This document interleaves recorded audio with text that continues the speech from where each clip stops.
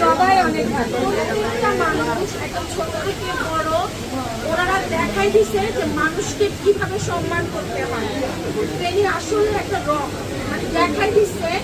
আমি একটা ভাইয়াকে দেখি না একটু কিচ করতে, একটা ভাইয়াকে দেখি না একটু টানা চোখে তাকাইতে, একটা আপুকে ছোট থেকে বড় এত ভালোবাসা পাইছি মানে এটা আসলে আমি অনেক অনেক কৃতজ্ঞ ট্রেনিং। আর এটার জন্য স্পেশালি থ্যাংক ইউ আপনাকে, পান্নাকে, মাইশাকে। এই আপুর সাথে আমার প্রথম পরিচয়